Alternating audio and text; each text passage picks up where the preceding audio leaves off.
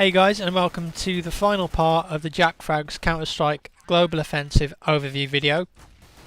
In the previous parts we've covered the weapons, the animations, the graphics, pretty boring stuff really, but in this video we're looking at the gameplay, how it feels and what my overall impressions are about the game.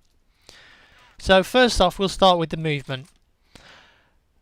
And straight away I can tell you that a couple of days ago, when the beta was first released, the movement was pretty terrible. It felt like Left 4 Dead 2, it felt very wishy-washy, your character seemed to drift around the level, and it just wasn't very responsive. But Hidden Path, the developers, are listening, they're checking the forums, they're hearing what all the top players are saying, and within a couple of days they released a patch. And I'm happy to say now it's a lot better than it was. It's still not perfect and I'd like to see it tweaked a bit more, but it's pretty spot on. The game feels much more responsive now. It feels more like Counter-Strike rather than just another Source Engine game, so that's really good. Your character still feels rather clunky at times, but I think if they tweak the movement just a tiny bit more, it'll make you feel more agile and the whole feeling of the game will improve somewhat. So the core gameplay, the core Counter-Strike gameplay that we all know and love, is down and it feels right. So you make tactics, you split bomb sites, you use equipment, defuse bombs, it's all there. It feels like Counter-Strike, so if you're a CS player you're gonna be at home straight away. I also like the addition of casual mode. So you have two game modes, you have casual mode and competitive mode. Casual mode is great because it really helps those new players. You can jump in a game, you can put some bots on, you start with more money, more round time, you start with armor, so it's like Counter-Strike on easy mode, and that's great for the new players. Also it's got this cool function here which I'll show you now, where you can actually jump into a bot in a round. So say you die quite early on in the round and you don't want to just sit there and there's a bot on the server in casual mode. If you spectate that bot and press E, you can actually jump inside the bot and play the round, which is a really neat addition, and it's quite innovative really. I'm surprised that that's, well, I've never really seen that done before in a game, so thumbs up to that. Competitive mode is the other mode in the beta, so that's 5v5 MR15.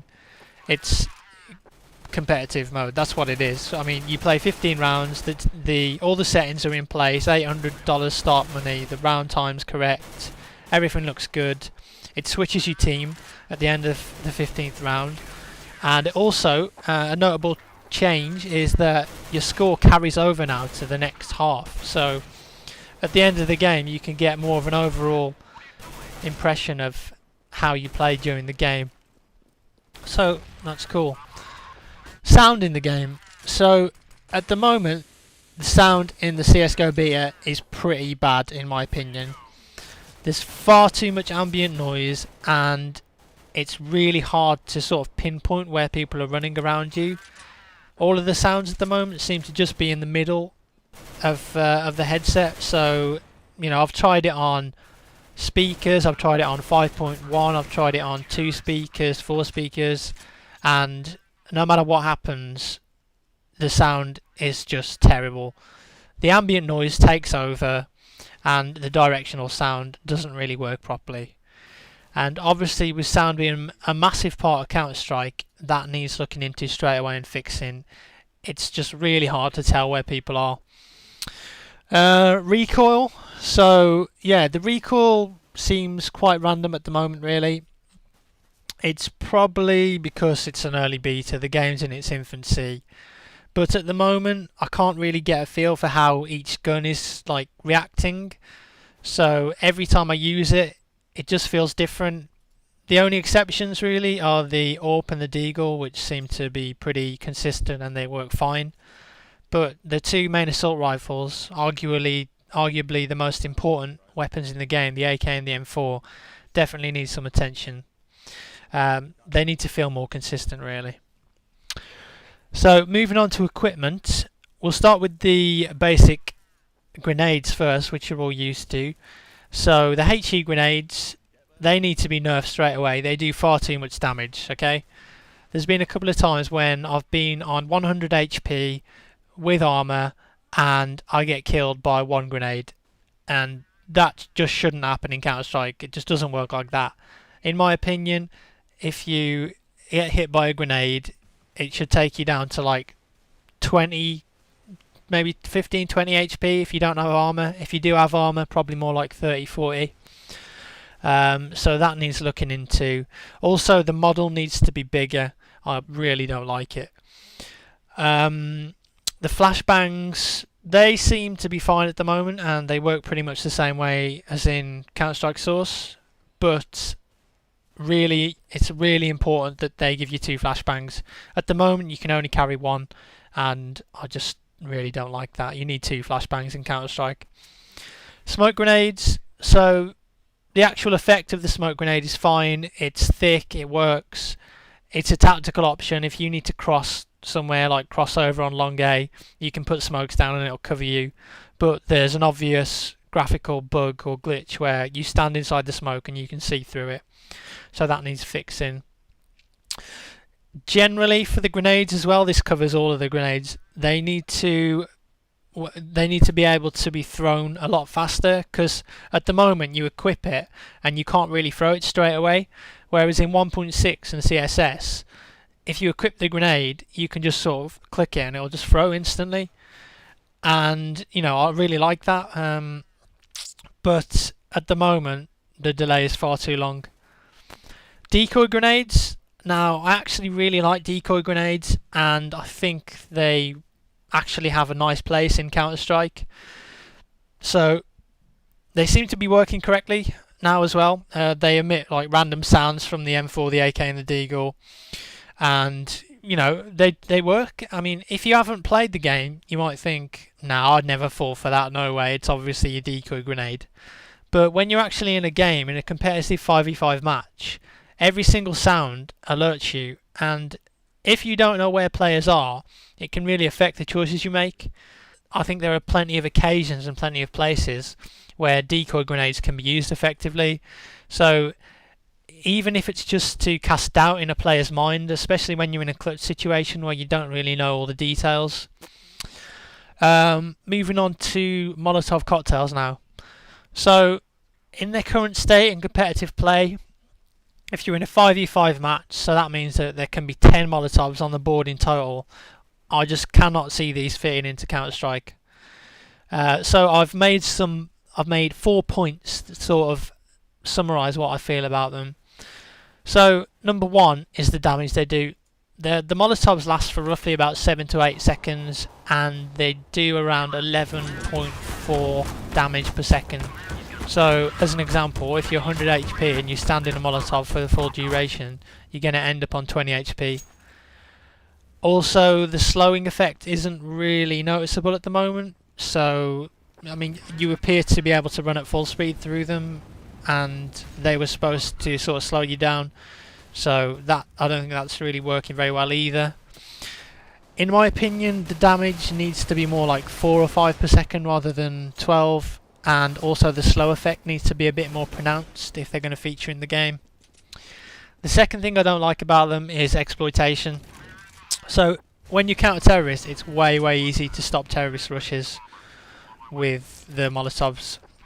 As an example, you're playing on Dust and you're the small bomb site player, so you run down here and then you throw a Molotov into the tunnel, and that's basically going to completely stop a rush to that bomb site.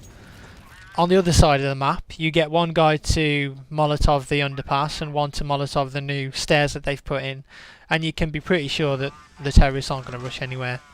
So with 5 on a team, it's so easy to stagger the Molotovs, and I just think you gain a massive amount of map control over a long period of time, and I just think that would make the game too imbalanced, especially on CT-sided maps like Nuke and Train, which are already pretty one-sided. So the Molotovs force terrorists to play, well, I think they will force terrorists to play passively every round, And this is bad because number one, it slows the game down, so it's more boring for spectators and for players. Number two, rushes. Rushes at the moment are a viable tactic.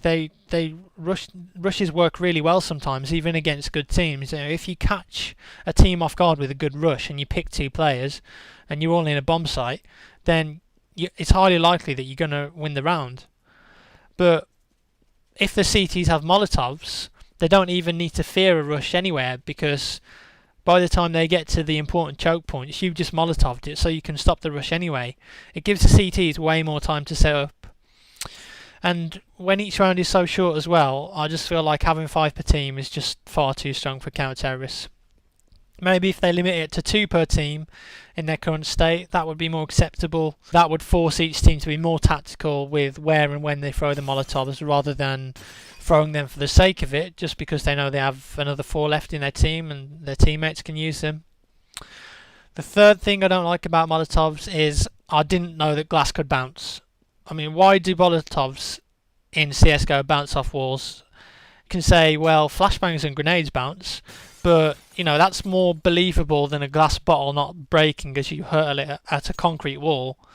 So if Molotovs are to feature in the game, I think they need to break as soon as they come in contact with the surface, and wherever the impact point is, that's where the fire spreads. That would make throwing the Molotovs more tactical and skill based, because it would mean that they're easier to mess up, and also you need to get line of sight before you throw it, so that adds a risk factor.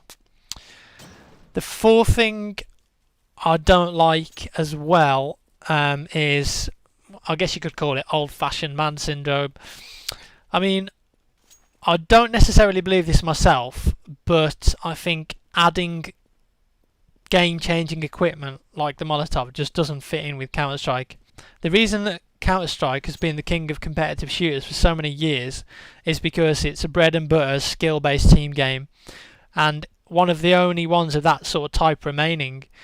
There's no regenerating health, no perks, no remote control bombs. It's simply work as a team, guy shoots me or I shoot him first, aim and experience trumps overpowered equipment. That's the sort of game it is, and that's why it's brilliant.